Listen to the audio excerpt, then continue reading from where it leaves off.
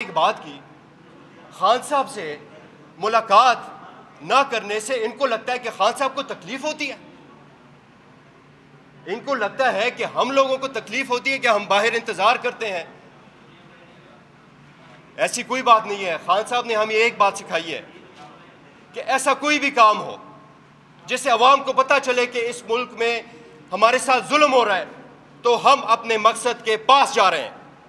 और इस वजह से जो है, तो खान साहब जेल में अंदर बैठ के भी उनका मकसद पूरा हो रहा है। खान साहब को तकलीफ नहीं हो रही इस बात से। हाँ, एक बात है कि हमारी मुलाकात जब नहीं होती, हमारे लीडर्स की मुलाकात नहीं होती, उससे जो खान साहब से मुशावरत होती है उसमें डिले आता है। उसमें ये चाहते हैं कि मिसकम्युनिकेशन हो, ताकि पीटीआई में रिफ्ट पड़े, ताकि पीटीआई में पड्डे हो। ये इनका मकसद है, जो कि हम नहीं होने देंगे।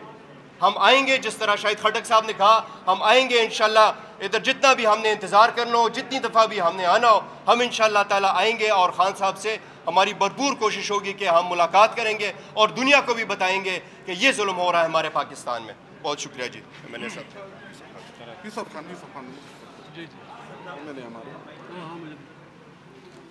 बिस्मिल्लाहिर्रहमानिर्रहीम।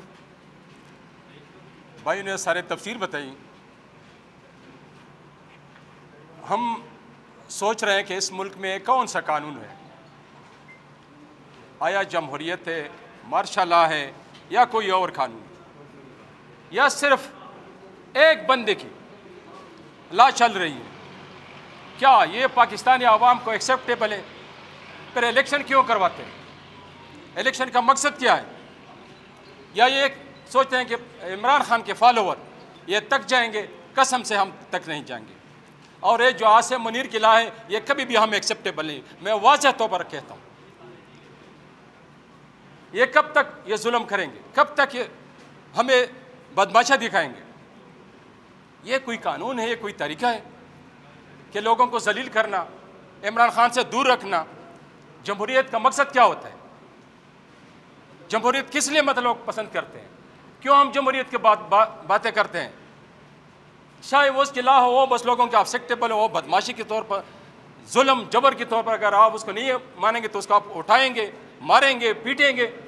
आपने 2024 का जो इलेक्शन था 8 फरवरी को, वो आपने दिखा दिया कि लोगों के दिल में जिसका मोहब्बत हो, कसम से कोई उसको जोर जबर से नहीं उठा सकते। और ना खान इतना कमज़ोर है, उनके लिए कुर्सी या वज़ीर आज़म ये कोई अब बीमारी नहीं रखता। वो बहुत आगे जा चुके हैं, या वो पीछे हट जाएंगे अपने नज़रिए से। तो खुदारा इस मुल्क पर जो जुल्म आप कर रहे हैं, जिस वहशाना तरीके से आप कानून की हुक्मरानी चला रहे हैं, आखिर हम भी मुसलमान हैं, 25 करोड़ आवाम में इंसान भी हैं।